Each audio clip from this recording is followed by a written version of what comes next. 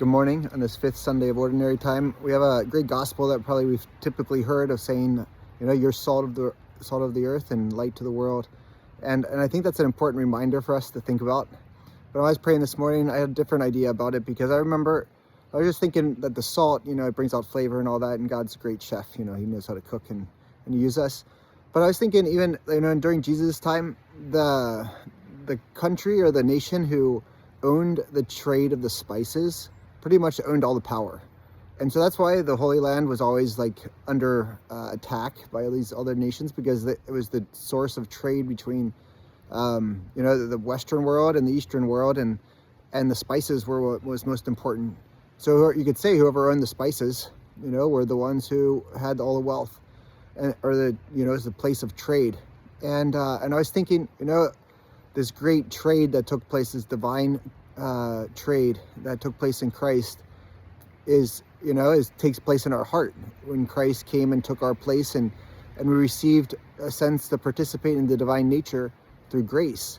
And I think in a certain sense, that's what Christ may be telling us in the source of, in the sense that we're the salt.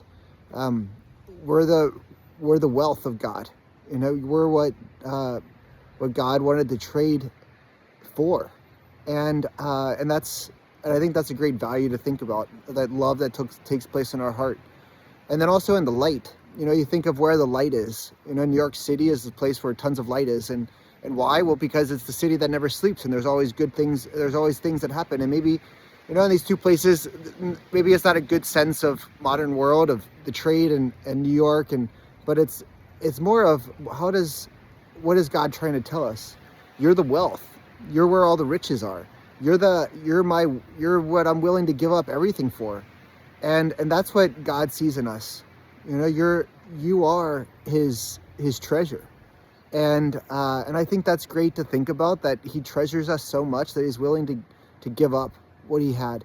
And that's what gives us, reason to keep on going, and to live with that hope of knowing that we're seen by God, and that he really takes care of us and loves us. So I just invite you to think about it that way, and maybe even, as a continuation of his mercy towards us. God bless you. Have a wonderful day.